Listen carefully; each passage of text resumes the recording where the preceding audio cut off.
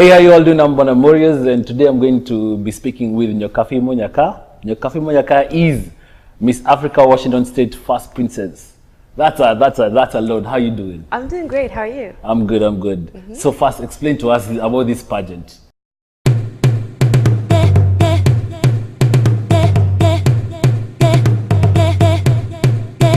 So the Miss Africa Washington State pageant is an African pageant for African women living in the diaspora, and it caters to women who have platforms and they would like to share them.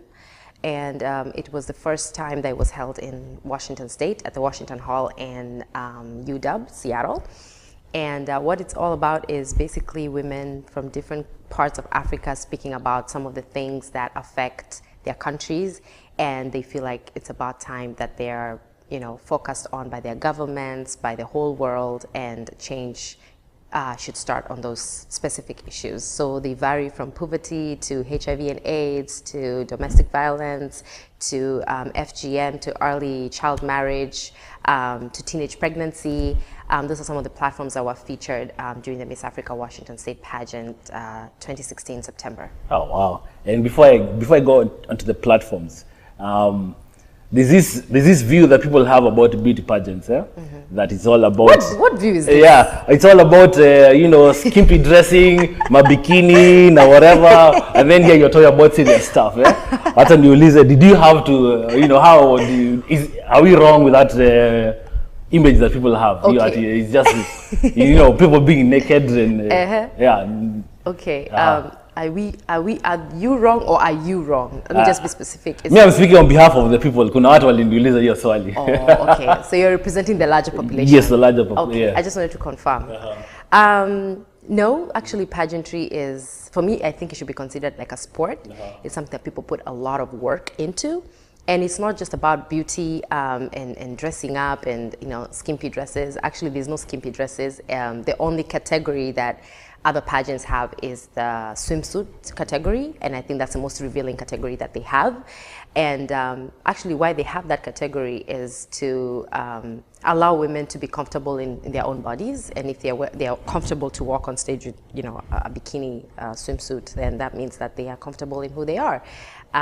But specifically the Miss Africa Washington State pageant did not have that segment because their focus was on a different area, which was to raise awareness. Which is good. So please let us know, what exactly was your platform? What did you, because you've talked about HIV and AIDS and poverty and, women issues.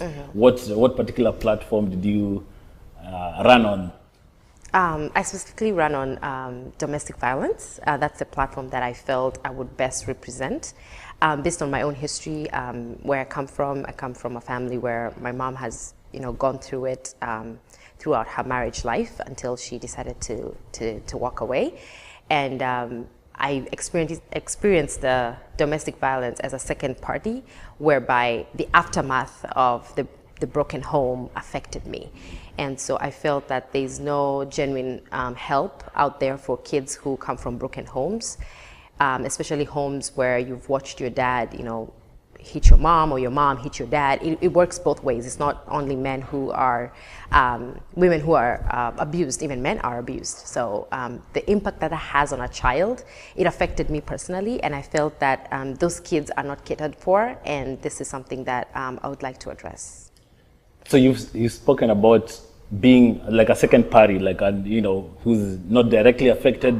You're not the one who was getting the beatings, but your mom was. So my question is, I think people underestimate the effect such violence has, or anything that happens in their home, the effect that it has on kids. Kids are usually, like, even when people are going through divorce, kids are usually forgotten, nobody thinks about them.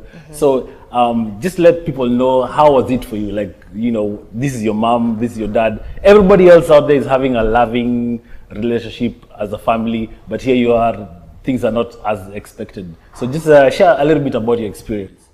The experience that I would say is, I wasn't directly affected at first because my mom acted as a shield. So when she walked away, then there was no shield. So I ended up experiencing, you know, first-hand violence. You know, my dad is a drunkard. You know, when he's drunk, he doesn't remember what he does. You know, he'll beat you up, he'll bruise you up, and he won't remember. So at first it started from just experiencing that gap where my mom left, and now when my mom was there, that the fights and the arguments, you know, living in a home where, you know, you can't sleep, there's words being thrown everywhere, to now she's gone and now he has no one to, you know, throw his frustrations on. So I ended up also facing the physical beatings. But what I would say is the effect that has on children is much larger, because at that point I was very focused on school. When my mom was there, I had, you know, plans, I had visions, you know, I wanted to be this, I wanted to do that.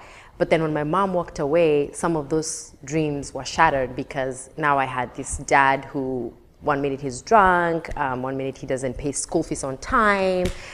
He's gone for 3-4 days. I'm looking for him from hospital to hospital, to mortuary to police station to police station. You don't even know what's I don't know what's happening. going on. I need someone to drop me to school, so I'm, you know, going to town, getting a cab with the little money that I have. So I became disoriented in my schooling, in my focus, and to get that back it's very difficult, because I was at an age where my mom left when I was 14 years old. So I was actually at an age where getting lost and losing myself was just, you know, in a split of a second. Now let's back a little bit. Are you the only child? No, I'm not. So you have what? I have an older sister. An older sister? Beth. Her name is Beth. Okay. Yeah. Usually older kids kind of take care of the younger kids and be the shield. So there are two things I want to find out. Number one, you said your mom walked away. So she walked away and left you guys? Yes. Wow. Did you guys see it coming, or? Actually, I didn't see it coming. I mean, she just, from the memory that I have, you know, she woke up one day. Actually, they had a fight before. He came drunk, and, you know, he was all messed up. And so they had this huge fight. And she woke up the next day and drove away. She didn't even pick any item, any clothing item. She just drove away, and I never saw her again. Wow. I think she had reached a point of, I'm done. She just couldn't be in that environment. And at 14, you don't really understand. There's a lot you don't hear. In your mind, you think she's the villain, because she left you. Yeah. But you don't understand what she's going through until I spent 7.5 years with my dad. And I was asking myself, how did you do this for 24 years? Okay. You know, I felt like, you know, she really put up with a lot. So there's that element. Now, for kids, I know, you know, despite being in the same environment, same family, kids react differently from, you know, to different things, because you're all made up differently. So how tell us the difference between how you reacted and how your sister reacted to the whole domestic violence. Because sometimes you find that there are those who become more, they become hardcore. There are those who just become submissive. You know, there are those who, so we all deal with it differently. For you, at 14 years, you're just becoming a teenager. You're trying, you know, it's already a confusing period. Your mom has walked away. You do not understand, and like you said, you think she's a villain for walking away and just kind of abandoning you guys. How was it different between you and your sister? One, was it different between how you guys reacted? And two, how different was it? I think we both reacted differently, because she was 19, almost 20 years old. So she's left with a 14-year-old to cater for. So most of I would say, my qualities, my values, I picked up from her. And thanks to my mom, at that age, she had really trained her. So part of my cooking skills, I picked up from her. My morals, I picked up from her. She used to attend each and every parent-teacher meeting that there was at her age. For her, I think she took it up as she has to be responsible, because there's now an irresponsible parent and the other one has left. But I felt she understood more where my mom was coming from than I did, because I think she had, you know, had that maturity to have seen it coming. I didn't see it coming. I was pretty young. So she understood more of what's going around, and she took up that leadership role and took care of me. But unfortunately, I feel like she sacrificed a lot. She was at an age where she was accepted to go to London to do her bachelor's. She had to decline. You know, she had to go to a local university just because of me, which she could still have gone and left me in the hands of my dad, but she felt that she might not find me when she comes back. I Yeah. would probably be lost and she wouldn't be could able not to just put me live in back that together. situation. So she made a lot of sacrifices, and I really, really appreciate that about her. But as she made those sacrifices, I grew learning from her in terms of, taking up a position or a stand and being mature and, dealing with situations. I picked up a lot from her as we went along, and, she took up a lot, including going to find my dad when he's missing, figuring out my school fees when he's missing. Basically, she became like the mom in the family. She became sort of a mom. We're very, very close. We're inseparable. Unfortunately, she's not with me here, but we speak almost on everyday basis. Yeah. Now, did you guys eventually reconcile with your mom? Did you find your mom? Did you? Yeah. Okay. Yes, we did. We actually did. That's a great question. Yeah. As I grew, older, I had to ask questions. After seeing, what environment I've lived in and seeing my dad for who he was, and I saw that she was shielding me from a lot. Yeah. So I reached out to her. She had already moved to the U.S. and I told her, Mom, I'm 20 years old. I think I'm old enough to know, why did you leave? I had that question, why did you leave? And now she was able to break it down to me, what she had been going through, and she felt trapped, and she felt like, if she doesn't walk away, she could die. Yeah. And so I really, honestly, at the point when she left, I didn't understand, and to me, I felt like she just abandoned me, because that's a point where you really need your mom to show up to your soccer game, show up to your choir practice and all those things. But I really do appreciate that she did walk away, because she gave me a safe refuge when my dad, remarried and threw us out and made us homeless in a day. Okay. Hold on. You're giving us a mouthful here. So, okay, your mom has walked away. Your dad is, there's all this violence that's going on. So your dad finds another woman. As usual. And how was that relationship with your stepmom? It didn't even kick off. It was so sad. It didn't even kick off. They got married, and 2 weeks later, we were thrown out. Wow. Yeah, after the honeymoon, when they came back, she came up with all these rules of how much. The funny one was, I cannot have, what's this? It's called Skippy. Skippy peanut butter? Yeah. I cannot have it because it's worth 500 bob, and I finish it in 2 weeks, and that's not economical. Okay. So those are some of the issues that she had. And so for me, I never understood that I've eaten peanut butter all my life. So in my mind, I was like, okay, we're not having Skippy anymore. Yeah. So my dad decided, you know what, you're all old enough. I was 20 by the time. I was 19 turning 20. My sister was almost 26. So he said, you know what, you guys, you can hit the road. You walk away. And so, we hit the road, and we were homeless for some time. We reached out to my mom, and within a very short time, she facilitated us getting a house, getting us, furniture, beddings, food. And everything. So I really think her walking away was a blessing. It was like in the story of Joseph, when he left and he was sold, and, poverty struck in their area. It all worked out. It all worked out in the end. So I think it was God's way of making sure that when this situation was to happen, we would have someone to run to, because she felt she would have died if she stayed there. And if she was gone, then we would not have had anybody to run to. Now, most people think that if even like in an abusive relationship, there's like a self-esteem problem, because you don't find your self-worth, and you stay in a relationship, somebody's treating you not like a human being. And do you think that was, do you agree with that? Like sometimes it has self-esteem issues, and do you think that has come onto you in this way? That having grown up in such a kind of environment, you find most people actually, the kids, they kind of almost always seem to have another domestic violence, partner, or, the cycle grows. For you, what do you think? How did it change you? How did it change you? I think there could be an element of self-esteem in some cases, not all, but in the African setting, I think it's more of the women think of the children, and they think, these children, as much as their father is a drunkard or this, that image of growing up with a father and a mother is very important in a child's development process. And that is true, because when I had both of them, that's why I was oblivious to what's going on. Yeah, because I had daddy, I had mommy, I need this, daddy does, mommy does. So I think for my mom, I would say she stuck around for, especially me, because I was really young. Me and my sister have a 6 years difference in age. So she felt that it would really destabilize me as a child if she left as soon as, everything started, when everything went down. So I think for most women, especially African women, it's more of, first of all, culturally coming, a woman who walks away from her marriage is not really welcome in the community. I know. Sometimes you even go back to your own mom and your mom takes you back to that, Exactly.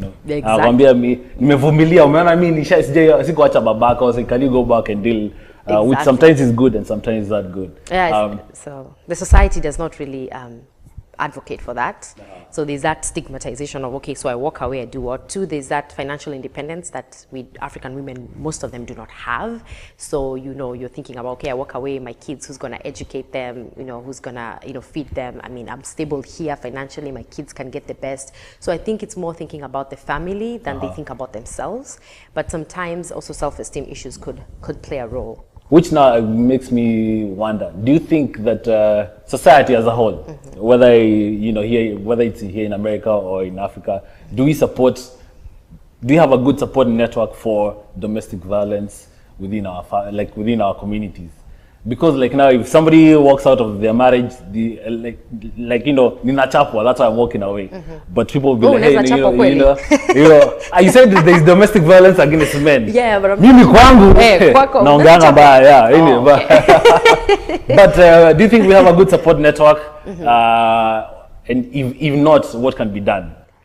I think here in the US, they've tried a lot. There are various groups, like there's the Sinahomish Domestic Violence Services, which is one of the places that I volunteer at. And they put a lot of effort to helping women leave the homes where they're not safe with their children. They have a shelter that they offer to them for a period of 1 year. So in that period, they have a program where they help these women, build themselves up and be able to go back and integrate themselves in the community and be able to provide for their families. So I think as a country, the US has put in capital and human resources to make sure that those who are abused are taken care of, as well as they've put in money into ensuring that the abusers are also rehabilitated, and that's something that's very important and I appreciate, because if you don't also rehabilitate the abuser, then the next person who comes is going to be abused, and then the cycle just continues. So we're just treating people, but the virus keeps spreading.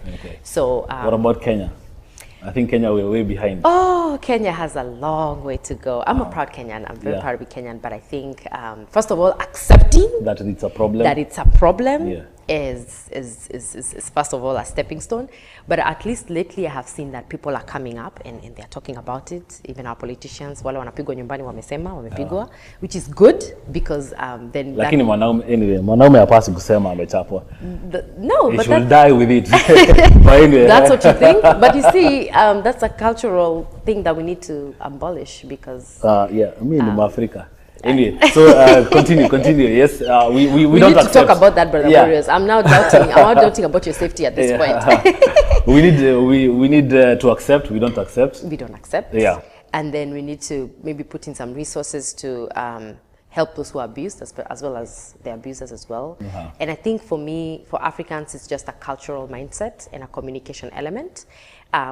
Men feel they're dominant and they want things done their way. Women are also feeling that they should have a say. So if communication is, improved. You definitely find the word improved, where violence is not a means to an end and a communication. So if someone is not satisfied in a relationship, they need to air that, and the other person needs to be accepting that this other person is missing something or needs something done, or I need to change something to make the relationship work. So there's that element as well, but there's a lot we can do. We still have a long way to go. Yeah. So now, besides the platform on domestic violence, what else have you been doing? What can we expect from you? How you've been busy. I've been seeing you sometimes with the mayor, sometimes with you've been a very busy lady. So what have you been up to lately? Well, there's a lot that I've done in the last year during my reign as the first princess of Washington State. I had a visit with the mayor, and this was right after, our political state changed. Yeah. And what we were discussing was how we can integrate our African community, make sure that they are well informed so that, they're not taken advantage of or they don't lose their immigration status based on just ignorance, and just making sure that they feel welcome within the community, because Washington State took a firm stand. Yeah. And so it's one thing for the governor to take a stand, it's another thing for us as community members to take a stand. So that's one of the discussions we had with him, and I'll be speaking at the council meeting on the 21st of March, that's next Tuesday. Yeah. Just to share with the council of Federal Way, which is my city. You're making us look like we are not serious Africans here in the US. Future plans, future plans that you have? Future plans is I may be doing another pageant. Mm-hmm. We're still working out the logistics, but we should be doing another pageant, a bigger pageant, mm-hmm. Where Kenya can be featured on a larger platform, and so that's what's coming up soon.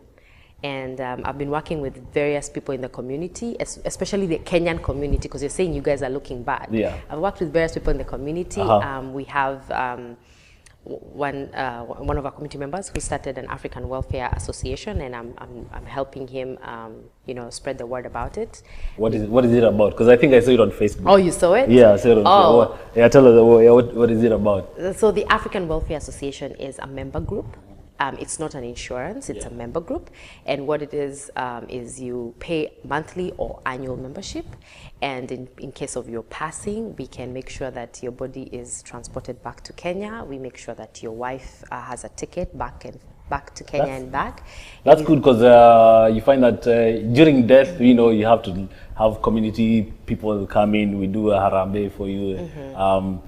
It's an expensive thing to flying the body back home and making sure everybody's comfortable. So that's actually a very helpful thing for society. Exactly. So you said it's what, Africa? It's the African Welfare Association. Okay. So they have a website called africawelfareassociation.org. You can go on the site and read more.